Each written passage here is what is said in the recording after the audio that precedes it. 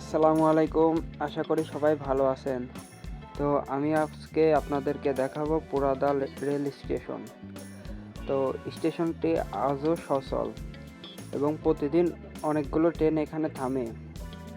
এটি দেশের পশ্চিম রেল স্টেশনের অধীনে পরিচালিত হয়, তবে অনেক পুরাতন ভবন এটি।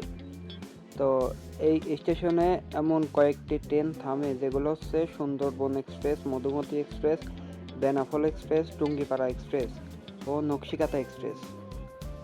এবং পুরাদহ স্টেশনটি কেবল একটি পরিবহন কেন্দ্র নয়, এটি বাংলাদেশের রেল যোগাযোগের ইতিহাসের সবচেয়ে গুরুত্বপূর্ণ একটি অংশ। তো অবশ্যই পুরাদহ স্টেশনে দুইটি প্রধান রেললাইন সংযোগ স্থাপন, একটি হচ্ছে চিলাহাটি পার্বত্যপুর দর্শনা লাইন এবং অন্যটিকে পুরাদহ গোয়ালন্দ ঘাট। তো আপনারা আসবেন এবং আসলে অবশ্যই পুরাদহ রেল স্টেশনটি ঘুরে দেখবেন।